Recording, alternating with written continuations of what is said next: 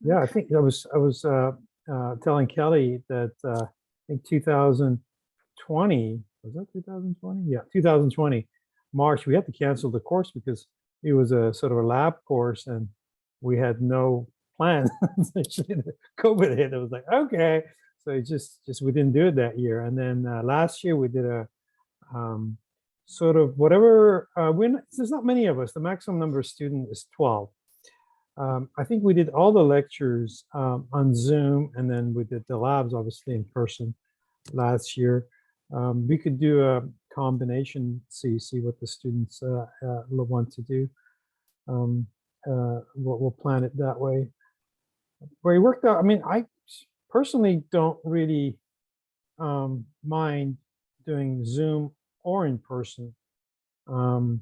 These are 2-hour lectures that we do on Tuesdays. So they can be a bit long, but yeah, either way, we'll see what everybody wants.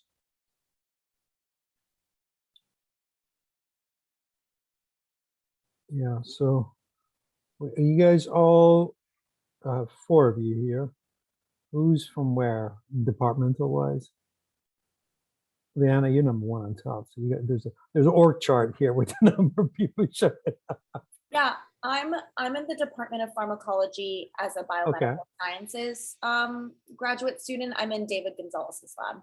Oh, David's lab. Okay. Yeah. Oh, mass spec. Yeah. What do you think, Michael? You should know everything on it by now. No, I want to learn. So I think my goal, especially, is to learn. I'm very new to mass spec, and I want to learn more about like the actual the way that the instrument is put together and like how all the ions fly and like all that stuff. So. Oh, perfect. Yeah. I'll tell you what we will talk about for the entire lecture series and what the lab is. So that might suit what you're describing to me. Cool. Joseph? I'm in the Department of Chemistry and Biochemistry. In the lab group of Dr. Jerry Yang. Oh, Jerry, yeah. Yeah, and I do organic chemistry, but a little bit of protein biochemistry. Perfect. And Claire? Yeah, I'm also in the Chem and Biochem department. I am in Romy Amaro's group, so I actually am doing computational work. So I'm not sure. I saw this email from Kristen, and I was kind of interested to see what this course was. So I'm not sure if it's going to be a super good fit for me, but I'm interested to see kind of what it's about. Absolutely. Yeah, and half of what we do is computational. You know, we have, I think, how many lectures I see? We have 7 lectures. You guys can see my screen here, right?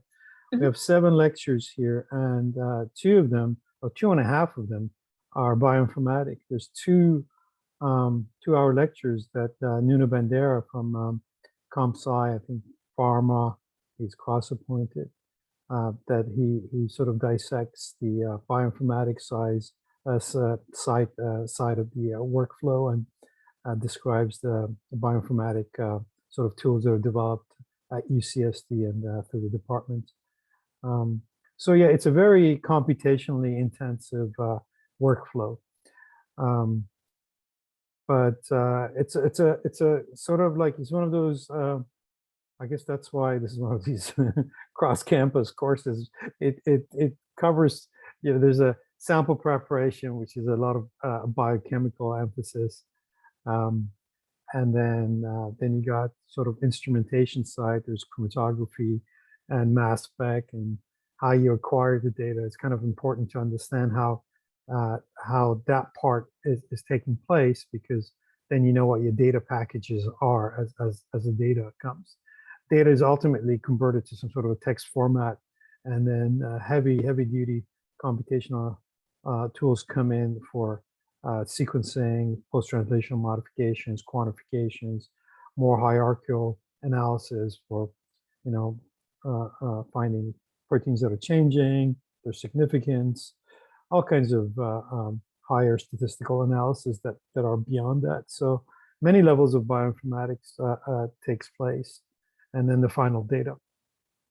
So we try to touch on, it's a single course, and we touch on all of these, because without any of them, it's just you'll be shortchanged. You have to understand a little bit of what we do across the entire workflow. Hey, I gave my lecture already. There you go. Okay, goodbye. I'm gonna drink my tea.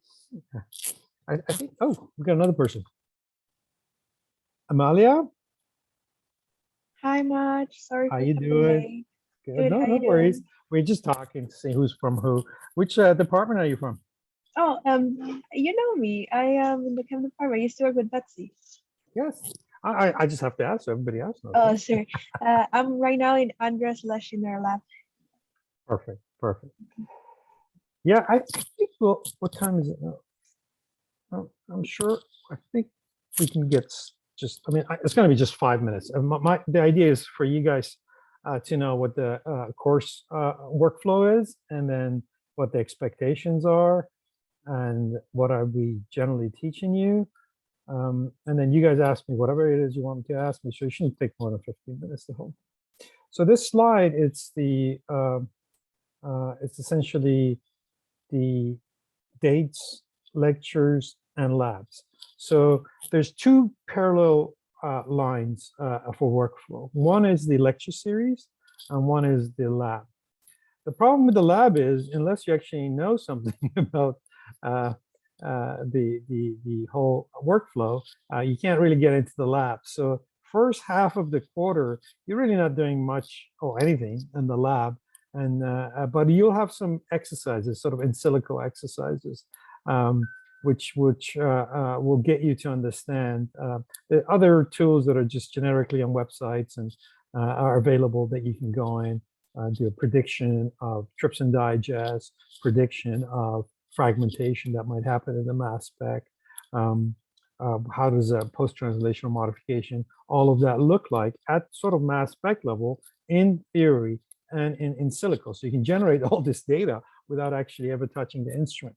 So, so the first half, you're kind of just doing some homework and exercises for you to understand, okay, here we got a protein, here how we can just do some bioinformatic analysis on that protein and sort of generate a fictional or in silico data that might resemble what we acquire on the mass spec.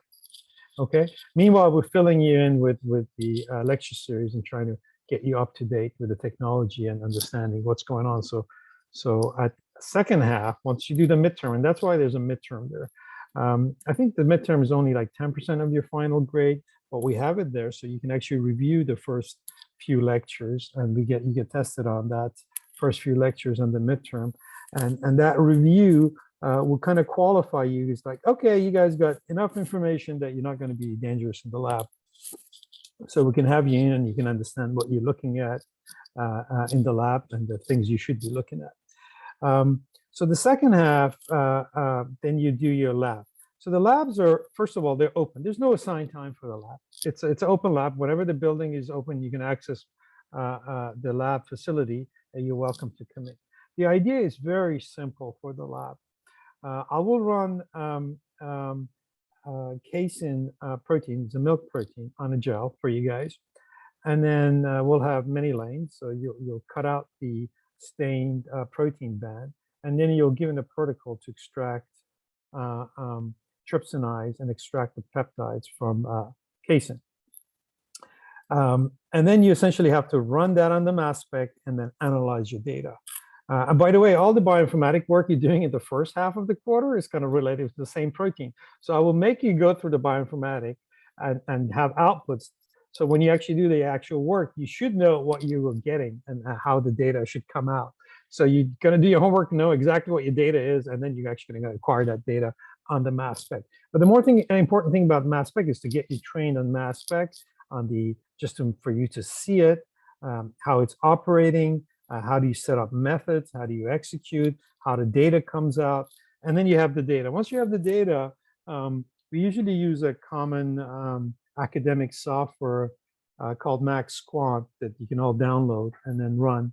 There you can search your results. I will show you how to set up MaxQuant. It's not very difficult to do searches. And you can also take your data and run it on, let's say, UCSD servers where they're doing They have their own sort of subset of tools that Nuna will explain. And we have other tools to analyze the data. So we have a range of tools to analyze data. Oh, hey, you want to come up with your own tool? You're more than welcome. We can modify a tool if you're in the bioinformatics side. So you'll see that people have a different interest. So we have 12 people usually in the class, and they'll end up having some people emphasis on the biochemistry side, some on the mass spec side, some on the data analysis side and bioinformatics side. So what we try to do is every project, although you're all kind of doing the same thing, but you will set up some sort of an experiment using that sample and the mass spec to have a control and some sort of an experiment. You're changing one variable.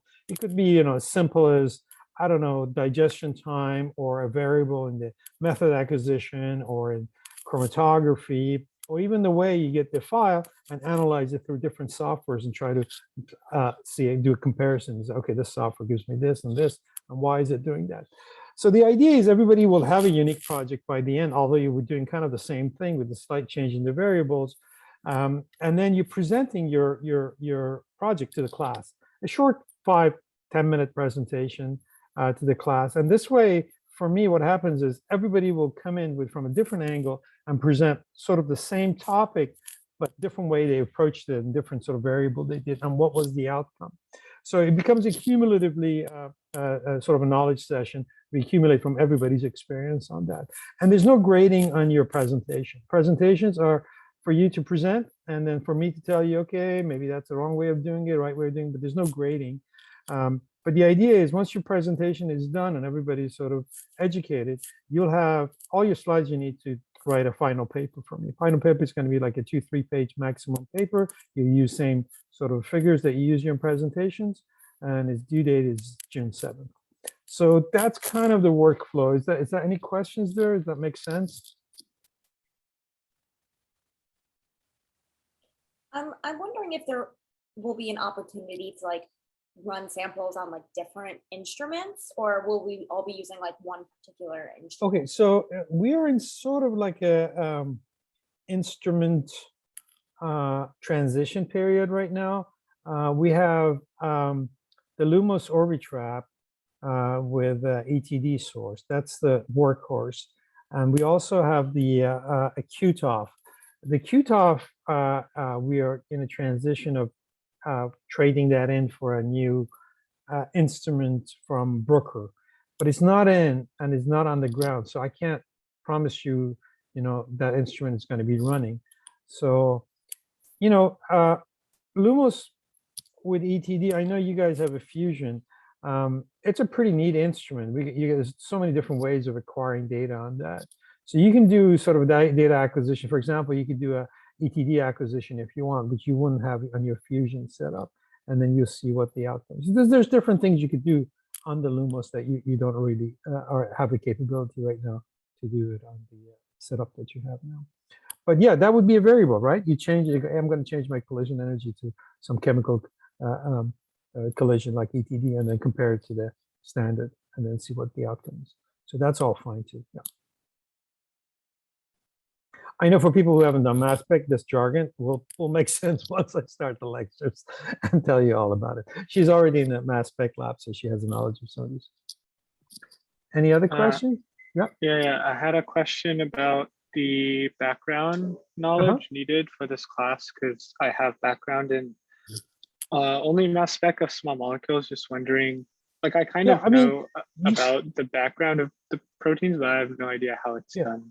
There's really no background required for this course, to be honest. I want to make sure everybody's a graduate student and at a PhD level. That's what I'd like to have.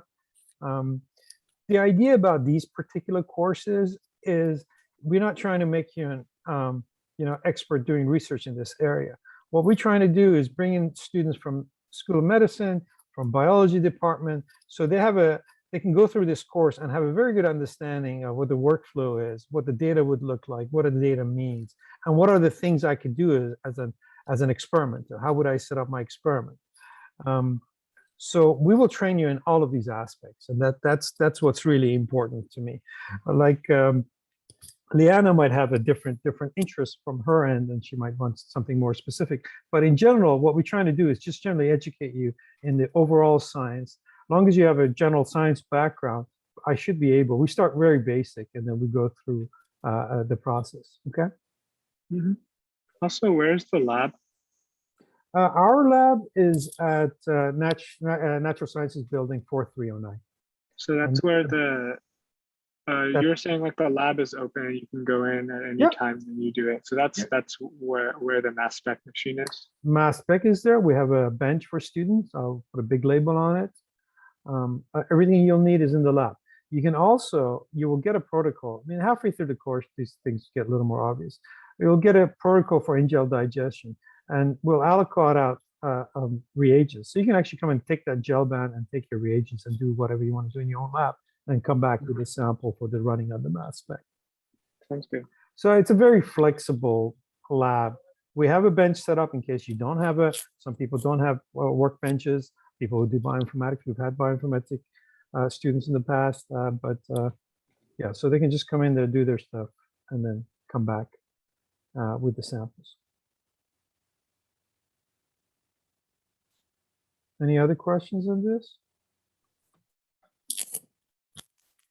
All right, so this is what we will cover. I like to teach, I just assume nobody knows anything about mass spec, so everything is very basic. So I'll introduce you to the field. And then, mass spec is about chromatography, mass spec, and then there's how do you generate ions. So we spend a little time on ionization sources, but mostly on one particular one that we use. So you guys get a good grasp of how ions are generated, because mass specs measure M over Z, mass over charge, and they need ions. So it's a critical part of it.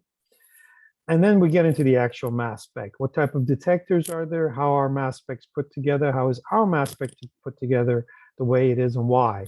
And the question is, how can you do different things with it? Like, that's acquisition methods are down here. So we'll spend some time on structure of a mass spec and acquisitions, which kind of depends on the structure of your mass spec and the things you can do with it. We'll emphasize, obviously, on typical mass specs, so hybrid mass spectrometers that are put together to do peptide sequencing, and the particular acquisition method that's used for peptide sequencing. We'll dive into what is a mass, just simple as that. What are you looking at when you're getting a reading from mass spec? We spend a little bit of time on that, and isotopes and carbons and 13s and 12s and whatever it is put together. And then we'll talk about, okay, how do we sequence as the mass spec breaks up a peptide? How does it break up, and how do we put it back together? Here where computational analysis comes in, because it's heavily bioinformatic loaded in this segment. Essentially, I'll go through all these first 6 steps, and then you'll jump in with Nuno for 4 hours. He'll try to explain to you how some of the bioinformatic tools work. I'll start you off with the most simple sort of a concept, and then he'll get into some more modern ways of doing it and how it's developing and where it's going, I guess.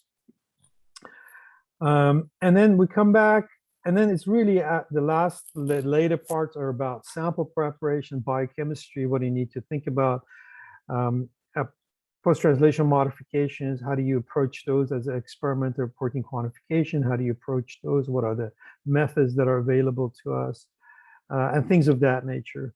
And, in the end, it's mostly about quantifications of what's going on with proteins or peptides, are they going up or down, what are the relevant methods that we use to analyze those. So that's the scope of the course. And then Betsy Commonwealth will have a 2-hour lecture explaining to you guys how mass specs are used to detect protein-protein interactions at the site of amino acids. How do we map those? And her lab works on that. There's so many different things you could do with mass specs. It's just like almost endless. Every time I open up a journal, there's a new thing you can do. So I can't really teach all of it, but I can kind of introduce you to the most basic stuff, which is this 11, and then we'll give you a sort of side topic, which is Betsy Commonwealth about protein-protein interactions, how that mapping happens.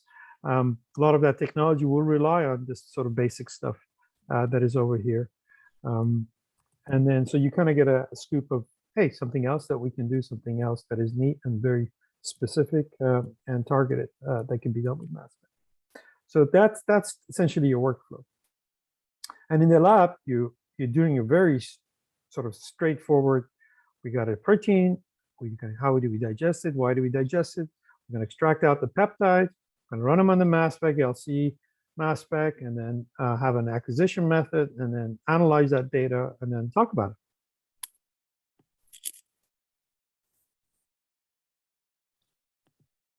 And that's pretty much it. Chat. I always miss the chats. It's so tiny out here. Chats should like prompt up so we can see them as somebody asked. Oh, somebody had to leave. Okay. Just so you know, Dr. Kasimian, we are recording this and going to put it on our interfaces website so students can refer to it later. Perfect. In other semesters, other quarters, in case they're interested in it. So this will be available to Claire. I will email her and let her know that this will be available shortly. Yeah, that and for other students that might be looking at the course and they're not present like now, it's just nice for them. Yep. And so it's good to actually keep it short so they can. Yeah. But do you guys have any other questions, any concerns, anything like that? No. I don't know exactly where the physical course is going to be, but it could be in Pack Hall, or it could be in at Natural Sciences Building. We'll figure out what room we can find for it. Okay. All right. Thank you all for coming. Sure do Thank you. appreciate it. Yeah. And yeah, thank you. Have a great weekend. Thank you. You too. Okay. Nice and sunny. Beautiful. Yeah. Bye-bye. Bye now.